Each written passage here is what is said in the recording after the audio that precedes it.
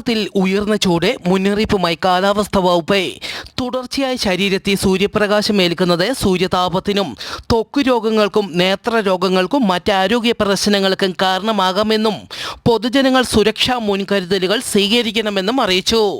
പകൽ 10 മണി മുതൽ 3 മണി വരെ നേരിട്ട് ശരീരത്തിൽ സൂര്യപ്രകാശം ഏൽക്കുന്നത് ഒഴിവാക്കണമെന്നും ദാഹമില്ലെങ്കിലും ധാരാളം ശുദ്ധജലം കുടിക്കണമെന്നും പകൽ സമയത്തെ പുറത്തേക്ക് ഇറങ്ങുമ്പോൾ തൊപ്പി, കുട, സൺഗ്ലാസ് എന്നിവ ഉപയോഗിക്കണമെന്നും ശരീരം മുഴുവൻ മറയുന്ന കോട്ടൺ വസ്ത്രങ്ങൾ ഉപയോഗിക്കണമെന്ന് നിർദ്ദേശം നൽകി.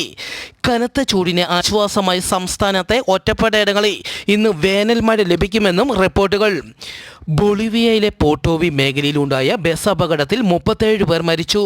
പ്രാഥമിക അന്വേഷണത്തിൽ അമിത വേഗമായിരിക്കാം ബസ് അപകടത്തിന്റെ കാരണമെന്ന് റിപ്പോർട്ടുകൾ.